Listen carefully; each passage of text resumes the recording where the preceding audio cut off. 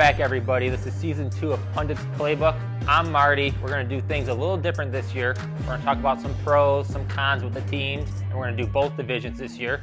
So this year we're starting with the AFC and NFC North. And we're going to start with the Cincinnati Bengals. Okay, they came in last year. They went 9-8. Okay, but this year they are plus 165 to win the division, which would be second. They're projected at 10.5 wins. So we're going to start with some positives with this team.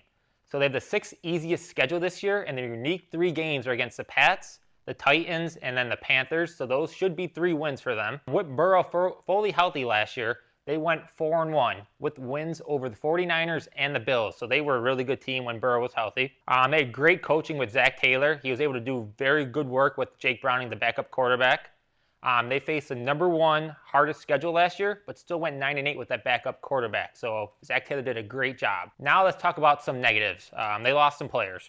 They lost DJ Reader and Awuzie on defense. DJ Reader was such a great player in the run defense. When he was on the field for the past 2 years, they were number 1 in run defense. When he was off the field, they were 32nd. When he was on the field, teams only averaged 3.6 yards per carry. Without him, that jumped all the way up to 4.9. So losing him is a huge factor for this Bengals run defense. This year they play 3 short week road games, which is tied for the most. They had 3 last year, now they have 3 again this year. So scheduling did not do them any favors at all. I hate these short week road games. 1, you're on the road. 2, you don't have enough time to prepare. And teams only win these games historically at 43% of the time. So that's a big disadvantage right there. They also play 3 games in 10 days during weeks 15 through the 17. So if this team is banged up and they got to play 3 games in 10 days, that might be a few losses there. So it's that's very sketchy for them right there. And then last but not least, their net rest edge is ranked 22nd. So net rest edge is how many days of rest you have compared to your opponent. So they're below average. But overall, if Joe Burrow can stay healthy with this good coaching staff, I think they could do some damage in this division. So next we're going to transition to the Steelers. So the Steelers finished 3rd last year, and they were 10-7.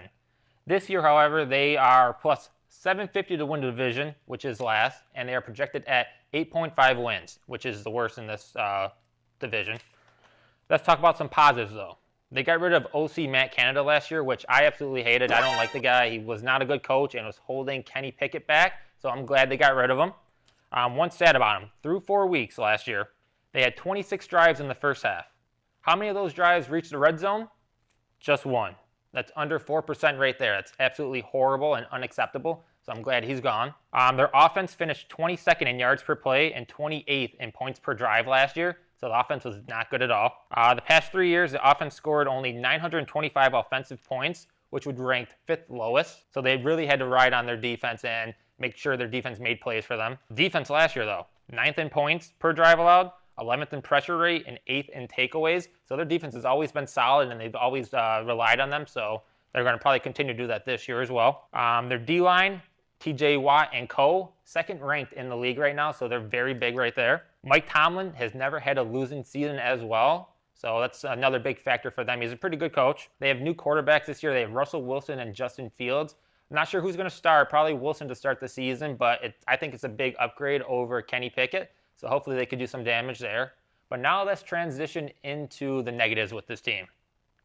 Last year they won 4 games when they trailed entering the 4th quarter. Those can't be reliable because when you go down entering the 4th quarter, there's a good chance you're probably going to lose. So you don't want to trail going into the 4th. So the Steelers need to fix that because they were 4-0 last year with that, and it's just not a reliable stat year over year. They actually have the hardest schedule in the NFL. So when you have to play the Browns twice, Ravens twice, and then Cincy twice, you're going to play some tough teams. So they got the hardest schedule, so that's not good for them. They play 3 games in 10 days during weeks 15 through 17, just like Cincy. So they better hope they're healthy for those 3 games because they're going to need it. And then they end the season against Philly, Baltimore, Kansas City, then Cincy. Those are very tough games, so they could go 0-4 in those last 4. So what do I expect out of this team? Their new OC, Arthur Smith, he comes from Atlanta and loves to run the ball. Pittsburgh loves to run the ball, so I'm expecting a lot of Najee Harris and Jaylen Warren running the ball. And I'm expecting the defense to make plays for them again and try to carry them to wins. But that's what I have for the Steelers. Now we're going to transition into the Browns. So the Browns had a great year last year. They came in second. They went 11-6. This year, they're plus 450 to win the division, which would be third favorite, and projected at 8.5 wins, similar to Pittsburgh. We're going to start with the negatives with this team. So the first negative, Deshaun Watson. So his cap hit is going to be $63.8 million, which might be like the biggest cap hit for a quarterback of all time. That's absolutely insane, especially since he hasn't produced the last 2 seasons. So they're going to really need to rely on him to produce with that huge cap hit.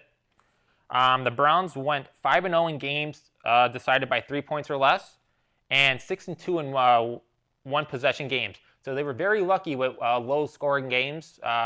So those can go the other way. Variance could hit them the wrong way, and they could end up going, instead of going 5-0 in those 3-point games, they could have went 0-5. So that's something you don't want to rely on year over year.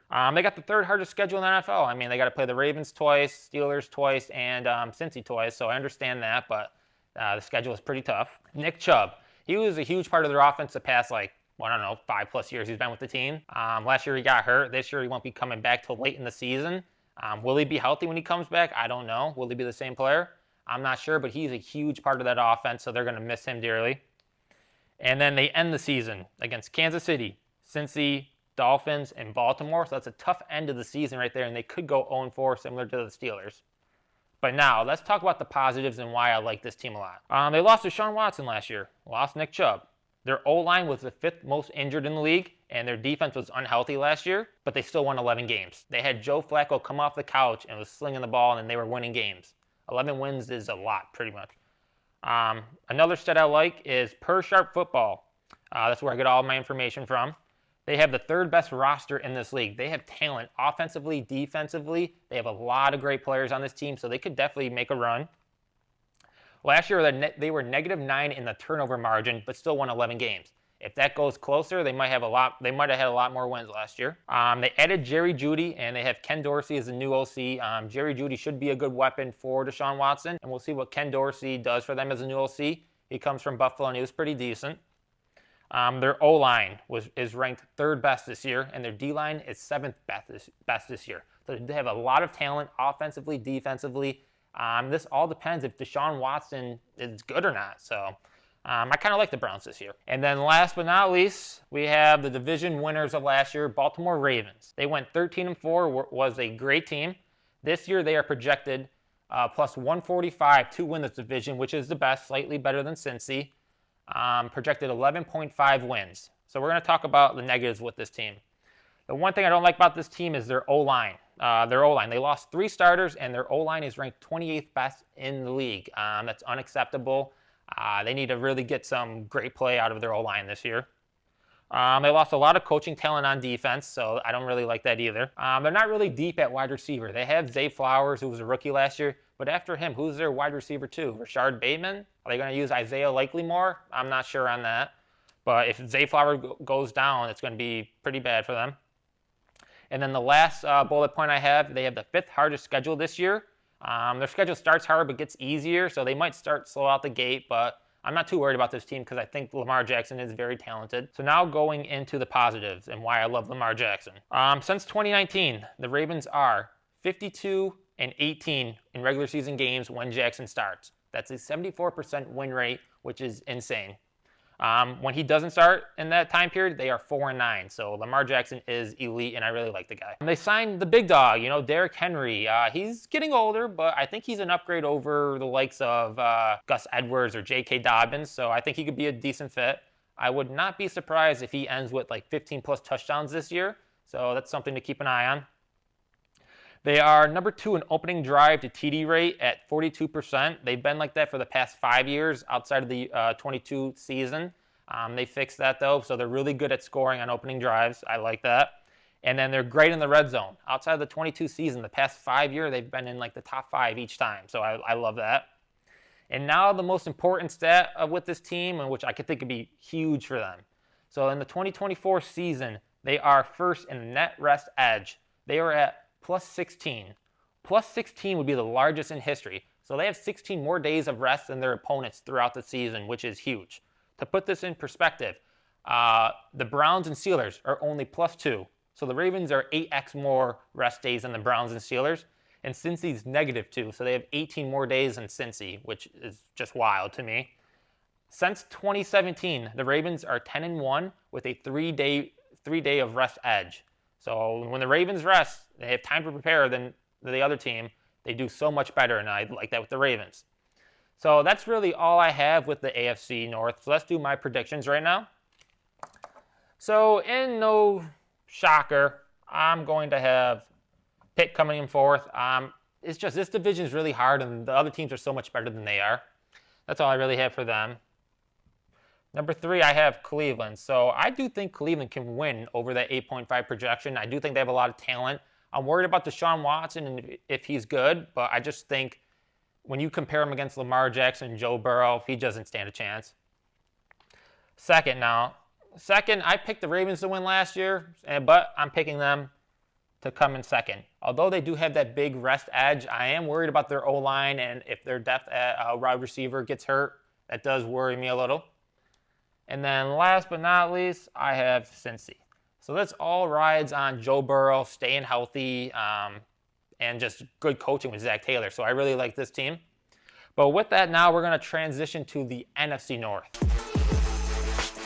Similar to the AFC North, this is a very competitive division. But we're going to start with the 7-10 Bears from last year. They came in fourth. This year, they are projected to win the division plus 330, which is the third best. And they're projected at 8.5 wins. So let's talk about some positives with this team, all right? They drafted Caleb Williams first overall and Rome Odunze in the first round. They also picked up Keenan Allen, and they have DJ Moore. So they are giving Williams a lot of weapons, and I think he could succeed in this offense. Another positive, they face the number 1 easiest schedule of pass defenses, so that will help Williams a lot. They have the 3rd easiest schedule on the season.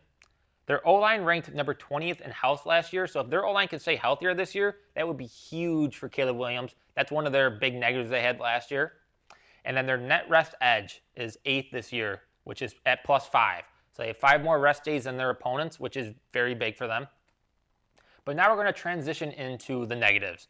So the negatives, the Bears gave up 50 sacks last year, even when they played against the easiest schedule of defenses. So the Bears were just giving up too many sacks. Was that Justin Fields' fault for holding on to the ball too long? Was the O-line too banged up? Were they just not good? A lot of factors could play into that, but they need to play better, simply. They also committed 54 offensive penalties last year, which absolutely kills drives. I hate that.